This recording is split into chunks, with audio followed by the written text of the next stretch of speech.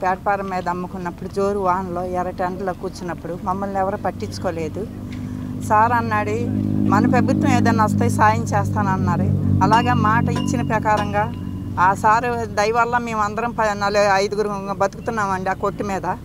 ఇవాళ నాకు భర్త లేడు, ఒక పాపను పెట్టుకొని అలాగ బతుకుతున్నాము. మాకు తోడు నీడగా నిలబెట్టిన ఆయన మీద బురద జిమ్ముతాం, అనవసరం మాటలు ఇవన్నీ. ఎందుకనంటే సార్ లేకపోతే మా బతుకులు లేవు. ఎందుకనంటే సార్ మాకు దారి చూపించాడు. ఇన్ని 100 మంది కుటుంబాలు మేము బతుకుతున్నామంటే సార్ పెట్టిన బిచ్చ మీద మేము బతుకుతున్నాం. ఎందుకంటే ప్రభుత్వం మొత్తం నేనేమో చేయగలుగుతానన్నారు. అలాగా మాలాంటి వాళ్ళు అందరం చేయలేని వాళ్ళం ఉన్నాము. ఈ వయసుకి ఏ పనికి పెట్టుకున్న కాడ ఇళ్ళల్లో పాచి పని చేసుకుని బతికిన వాళ్ళము. ప్రసాద్ గారు రూపాయి తీసుకున్న పాపం లేదు. ఆయన సొంత డబ్బులతో మమ్మల్ని ఒక దారి చూపించాడు. అంతేగాని ఎమ్మెల్యే గారి మీద మట్టుకు బురద జిమ్మితే మట్టుకు మర్యాద ఉండదు. ఏ ఆడవాళ్ళైనా ఏ మగవాళ్ళైనా సరే. కాలేజీ దగ్గర రోడ్డు మీద అమ్ముకునేవాళ్ళమి. ఎవరు వచ్చైనా సరే ఎండలో నీళ్ళల్లో ఉండేవాళ్ళమి. ఎవరైనా వచ్చి 5 సంవత్సరాల్లో ఏందమ్మా మీరు ఇలా ఉండారని ఎవరు మాకు గొడిగివ్వాల, ఒకసారి చెప్పులేవాల, ఏమీ చేయలే.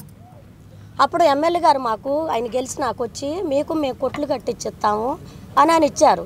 ఆయన సొంత డబ్బుతోటి ఆయన కట్టించి ఇచ్చారు. మేము కేవలం రోజుకు 150. నైట్ 2 వాచ్మెన్లు ఉంటారు, పగలు 2 వాచ్మెన్లు ఉంటారు. ఒక అతను రాస్తాడు, మళ్ళీ మెయింటెనెన్స్ అంత మొత్తం ఒక ఆయన చూడాలి. వాళ్ళందరికీ జీతాలు ఇవ్వాలి. వర్షం పడితే నీళ్ళు వస్తాయి. ఎమ్మట రెండో రోజు 2-3 లారీలు ఇసుక దోలెత్తున్నారు, కంకర దోలెత్తున్నారు. కరెంటు బిల్లు ఎంత బిల్లు కాలుతుంది, కరెంటు బిల్లు కాదు. మా డబ్బులు ఎమ్మెల్యే గారికి ఏ సంబంధం లేదు. ఆయన ఊరిని మా అందరికీ ఇచ్చేస్తున్నారు.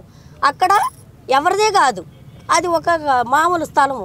దాన్ని ఎంతో చేసి మా అందరికి ఇచ్చి అక్కడ ముసలివాళ్ళం మొత్తుకోవడం అమ్ముకునే వాళ్ళని తీసుకొచ్చి అక్కడ పెట్టారు. ఇదంతా చెత్త. మీరు నిన్న వచ్చి ఏదో మాట్లాడారు.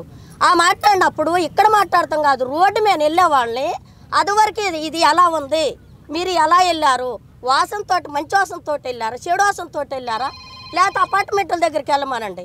వెళ్ళి నిన్న వచ్చి ఒక మాట్లాడింది కదా, ఏడు మాట్లాడతాం కాదు, అపార్ట్మెంట్ల దగ్గరికి వెళ్ళి ఆడంత అన్యాయం జరుగుతుంది మీరు ఎందుకు ఊరుకుంటున్నారని అడిగితే ఆ అన్యాయం అయితే వాడు చెప్పేవాళ్ళు కదా.